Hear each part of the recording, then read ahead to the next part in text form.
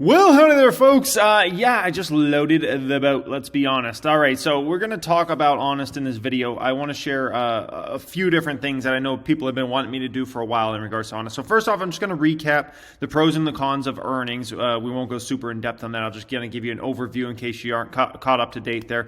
Two, we're going to talk about why I bought around 10,000 shares here today, why I'm so excited about this stock. We're going to talk about, it was a capitulation day in the stock, to be quite honest, and I'll show you kind of the data behind that and why I believe this stock likely hit the lows that we'll ever likely see it, and I'll share that with you as well. And I'm also going to share with you my projections for this company, which I know a lot of people have wanted to see my revenue projections, my net income projections over the coming years. And I'm also going to share with you how many shares I ideally want to own of this stock over time. So yeah, it's going to be an action-packed, honest video here today. Hope you guys enjoyed as always. Thank you for joining me. Alrighty, so first off, just so you guys know, Honest has been trading around a $400 million market cap. Actually dipped below at the lows today, if I recall. It actually dipped below a $400 million market cap, which is, quite interesting. It's been around $4 range all day. Lows were around 420-ish or so. Yeah, isn't that funny? 420, okay? So, first off, as far as the cons of those earnings, there's definitely some cons with the earnings. The first one was the sanitizer business was down 68% year over year. Now, in my opinion, there's nothing the management team could have done about that to have made people magically want to go buy sanitizer. Like, that was a huge business. They got this massive kind of one-time massive boom in their business at the very end of 2020 into the very beginning part of 2021. But that was not sustainable, obviously. It's just everybody was crazy about buying sanitizer and cleaning products and all those sorts of things because Rona was going crazy at that time. And everybody was so fear-driven. And so I was like, people that never bought hand sanitizer in their life all of a sudden were buying them by the gallons. It's out of control, right? So that sucks. Like, I wish I wasn't the situation as far as the sanitizer business being down that much, but I don't see any way the management team could have fixed that. Number two, this is very, very important. Revenue, margin, EBITDA were all hit in a major way. But why is that? Well, once again, it's because the sanitizer business, everything was hit negatively because that sanitizer business, it brought down all the numbers. It brought down revenue, it brought down margin, it brought down EBITDA. Everything across the board, the sanitizer business brought it down. And it sucks. And I wish it didn't happen, but it is what it is. It's just the short-term thing we have to kind of deal with, right? And the third thing, as far as the cons goes, Q1's expected to be down double digits. And why is this? And it's because, once again, that dang sanitizer business, okay? And so, honestly, this is funny. If they never had this damn sanitizer business, I'm telling you, the stock would probably be $8 here today or $10. But this sanitizer business has made all the numbers look way worse, has hurt them immensely in the short term. It's hurt their revenue growth, the way that looks. It hurts their EBITDA. It hurts their margins. It hurts the sentiment around the stock in the biggest way. And so literally, if that business never existed, Honest would probably have a stock that'd be double or triple what it is today. But it is what it is. And so us as shareholders, we just have to deal with it, right? The good news is these are all short-term kind of hiccups as far as those cons go, and then they go away. They start getting easier comps and those sorts of things. But there's no doubt literally everything's being hurt because of that damn sanitizer business right now, okay? Now, when it comes to pros of those earnings, one is they're getting back to growth in Q2 through Q4, so they expect double digits revenue down in Q1 because of the sanitizer business, but back to growth in Q2 through Q4, so that's definitely good. Number two, the company set expectations on the floor. Okay, they set expectations on the floor for 22. So this company set themselves up in a situation where, I think they're going to be able to surprise to the upside starting in Q2 and move throughout the year, essentially. Maybe even Q1, but I'm not going to get too excited about Q1 because, like I said, that's just a disaster because of sanitizer business. So, but when you set your expectations so low as a public company, all you have to do, especially when you're a beaten down dog stock, is just come in with something decent and your stock flies up like it's nobody's business. The next thing you know, it's up 100% in a matter of, weeks or months. So, the expectations are on the floor. That doesn't matter for the company fundamentals, but it matters for the stock price in a massive, massive way. If you're talking about the game of playing stocks, it's a much easier situation, a better situation for a stock when your expectations are on the floor and you're a beaten down dog stock and you just come in with little beats here and there, and next thing you know, your stock's flying, okay? Number three, as far as a pro, This is fundamental driven. Walmart partnership coming in the second half of 22, online and in store. But in store, at least they said at the very end of 22. So does that mean November, December? We'll have to see what happens there. But it literally doesn't get bigger than Walmart. Let's just be honest. Let's just be honest. Target is a huge deal for Honest, and they get a massive business, from Target, and that's great. But let's be honest, Walmart's a heck of a lot bigger than Target. And so if you can be successful in Walmart over time, it's a massive, massive deal for Honest in the end. So that partnership's huge, building their relevance, building their branding, and product sell-through, obviously. Number 4, they got a Ulta expanded partnership, which is including in-store that they're talking about for the second half of 22. That's huge for their beauty business. Their fastest growing business is their beauty business, okay? Skincare, cosmetics, those sorts of things.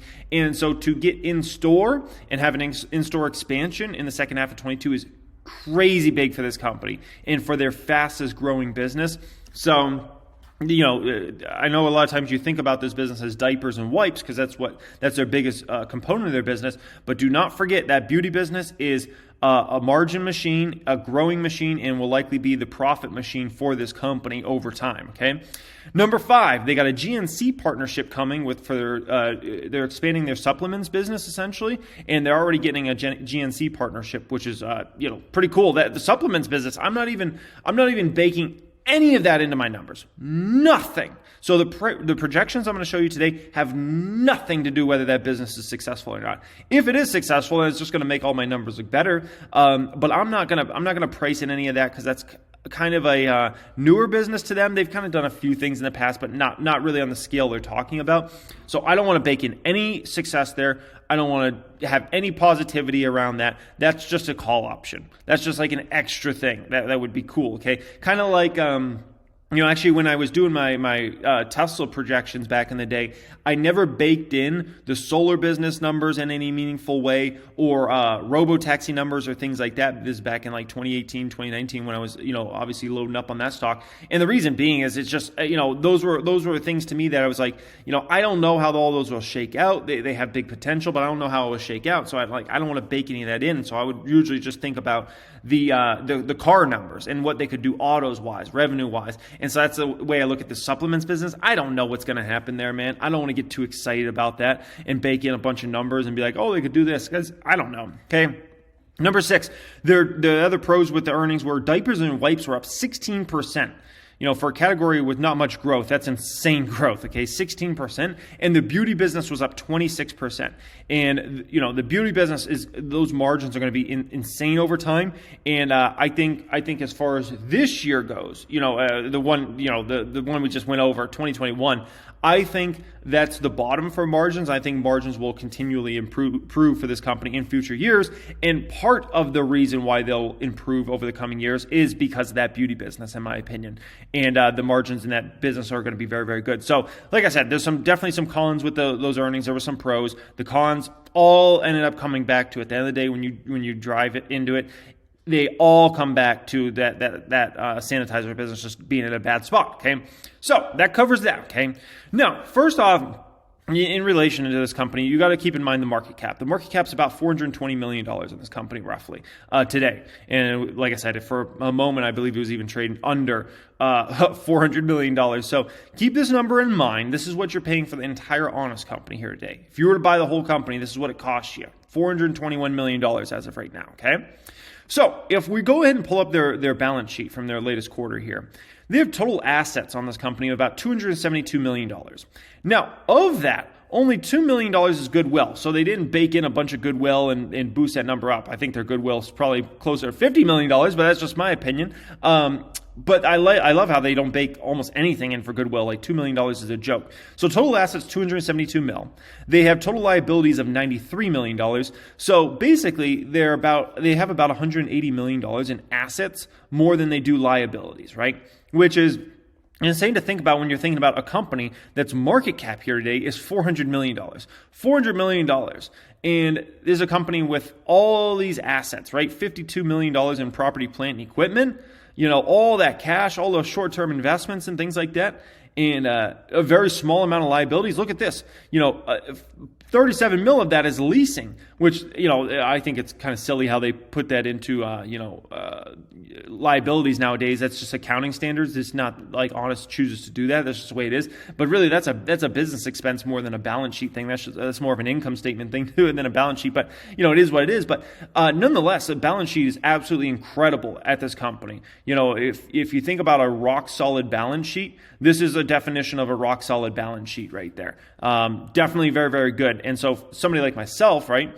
You can say a lot of things about me, but I can tell you, I usually like to buy companies that have very good balance sheets, and I put my money where my mouth is. And in this situation, obviously, we're in a situation where I put my money where my mouth is, and I'm in a company that has a very, very good balance sheet, which I think is very, very important. If you don't have the capital structure, then you can't get through the tough times, right? And get to that other side where you got the profitability, right? Now, today was a straight capitulation day, and the reason I'm pretty darn confident that I don't think the stock's going to go any lower than it did today. If it does, I'm more than happy, because I would love to buy more shares of stock, and I'm going to buy more shares of stock regardless throughout the year. And I'll share exactly how many in just a moment. But when I look at, I don't have a lot of confidence that this stock's going lower than 420, and the reason being is, it was straight capitulation. Straight capitulation today. 18 million plus shares traded hands on an average of 1.4 mil. That's a definition of a capitulation day in this stock. And so when I look at this one, I'm seeing a company that, if anything, it feels like the suits are actually selling to retail, which is interesting. Usually it's the other way around. Retail's panic selling out of a stock, and the suits are buying it. But today, what I feel like is actually this is suits either selling to other suits trading around, or suits actually selling to retail, and somebody like myself just taking those shares off their hands and be like, hey, give me the shares, I'll take as many as I can. I think there's a lot of people that are out there looking at the stock on the retail side here today. They're looking and saying, man, at $4, okay, give me some of these shares. Come on, man. Is it the most exciting company? Absolutely not. Is this a Tesla or one of those type of companies? No way. But is this like a pretty darn attractive risk reward, like a 2x, 3x, 4x over the coming years? Absolutely. And you don't get many of those opportunities, especially in a company that has a great balance sheet on their hands, right? So I'm looking at a stock that's straight capitulation. Now, my projections for this company as far as revenue, net income, net loss, those sorts of things. Here they are, all right? I know a lot of people have wanted this. Here it is, baby, all right? So if you ever see anybody suggest, or want to see my numbers for Honest, share this video with them in the future, all right? So for 2022, I have them doing about $330 million of revenue, which would be very, very slight growth year over year. I do expect the company to grow. The problem is that Q1 is going to hurt the company for the whole year, basically, because it's going to be down double digits. So their growth won't look nearly as impressive because of the Q1 and the sanitizer business. It'll hurt a little bit in Q2 as well, and then Q3 it doesn't hurt at all anymore. So I'm expecting about $330 for revenue. I'm expecting them to take about a $30 million loss in the year overall. Obviously, they have all the headwinds hitting them right now around inflation that everybody else has. Obviously, they're going to take some pricing around that, so that will somewhat offset. They're going to get into some stores that could cost them some money, some marketing money, things like that. So there's a lot of moving parts. I don't want to expect profitability this year. I think they'll take about a $30 million loss in the bottom line in 2022, okay? 2023 is when the flip happens, in my opinion. So first off, I think this company is going to do about $400 million of revenue in 23, and I could be way lowballing that number. The big question is, they announced the Walmart deal, they announced the Ulta deal, but how big are we talking, right? That's the clarity I don't know. And so I'm going a little more conservative here. I assume they'll get some more SKUs in Target and other places over the course of 23 and 22 as well. But I don't know how big that Walmart deal is and how big the Ulta deal is and how many SKUs we are talking. So I'm going to go a little more conservative in it. I think they'll do about $400 million of revenue in 23. I think it'll be a nice growth year. It's just the question of how much of a growth year. I think this will be the year they finally flip to profitability as a public company, and they'll do about $20 million of net income, which for a company like Honest in this space, that type of flow through is like nothing. Like literally it's like nothing. 24 is when I see this company getting a little more to maturity, meaning maybe not as fast as growth, but really bumping up that net income, right? As they find more and more ways to save on costs, inflation pressures come down, transportation chills out, and all those sorts of things, right? So I have them doing $450 million of revenue. I could be lowballing that number. Once again, it's going to come back to that Walmart and that Ulta deal and how big are those partnerships? How much shelf space are we talking? How many SKUs are we talking? So this number could end up being way low, but I'd rather go a little more conservative, especially when it's a beaten down dog stock like Ulta or Honest has been. So I've been doing about 450 mil for revenue in 24. 10% flow through, which is not that great for this industry, which would be about $45 million of net income for this company in 2024. 2025, I had them doing $525 million. A 12% flow through, $63 million in net income. In 2026, I had them doing about $600 million of revenue, about a 16%-ish flow through, and that's the year they hit $100 million plus in net income, in my opinion. And those are my projections. Now, once again, I could be low on these numbers, and I'd rather be low than high, right? I'd rather bake in, some conservatism in these. The Walmart and Ulta deals are huge. I just don't know how huge. We don't know how many products. We don't know how many SKUs. We just know those partnerships are coming, and we know those retail customers matter in a massive, massive way. Okay, so that's my projections there. That's the numbers there. A company like a P&G can do 15 to 18%, 15 to 20% as far as a flow through of revenue down to net income. So 16% in 5 years for Honest, in my opinion, as a built up, more mature company in the space. I have no concerns about them doing that sort of number. All right. Now, currently I have about 85,000 shares of this stock. My end of 2022 goal for this company is to have about 150,000 plus shares of this company. I don't plan to continue to stop buying the stock for all of 22, essentially. I'll just continue to be a buyer. When I look at this, it doesn't, it's a stock that I think is, going $10, $20 plus over the future years, right? If they're doing $100 million plus of net income, then this is going to be a company that's going to have to command anywhere from a $2 billion to a $4 billion valuation on it, okay? Today it's about a $400 million valuation on it. So in my opinion, it's a steal deal for somebody like myself that has a several year outlook. So I'm just going to continue to buy this baby, and my goal is to, by the end of the year, have over 150,000 shares of the stock. Is it possible I have 200,000 plus shares by the end of the year? It's definitely possible, but this is my goal. If I go over that, sweet. Okay, 150,000 is my goal by the end of the year. All right. Now, one last thing I want to close off with here is, back to why I think it's pretty unlikely I'll ever see shares cheaper than they are today, at 420 or so. And I welcome it. If they ever do drop below 420, hey, as somebody that's going to buy the stock for the entire year, I would love to add more shares on the cheap, which, by the way, if you want some free shares, check out my Mumu pinned comment down there. 3 free stocks right now. It's pretty awesome. So when it comes to Honest, look at the bounce here today. It's up double digits from the lows. And there's just a lot of buying pressure coming into this stock. And I think there's a lot of folks that have just been on the sideline looking at this one, kind of waiting to see what happens here. And when you see a capitulation day like this, I think it attracts a lot of traders who are going to trade this for a swing over the next, could be weeks or the next few months. 2, I think it attracts a lot of investors who are looking at this and like, yeah, they had bad news because of sanitizer business, but they're looking at a bigger picture. And like the businesses that really matter for this company are growing immensely. What drives this company's business is diapers, wipes, and the beauty products. And that's what's driving this business. And I think a lot of investors looking at this and like, wait, huge Walmart partnership coming at the end of this year. The Ulta partnership, you got to kind of be ahead of those things, especially when you're in a stock that's had straight capitulation happen, because by the time you get to those partnerships, the stock can be 50%, 100%, 150% more expensive than when you had a chance to get in many, many months before that partnership ever happened, right? And so that's what I think is happening here. And, there's folks like myself that are just going to continue to kind of gobble up these shares and gobble up them over the course of 22. And, I think it's going to end up putting the stock in a position where there's going to be less and less sellers in this stock.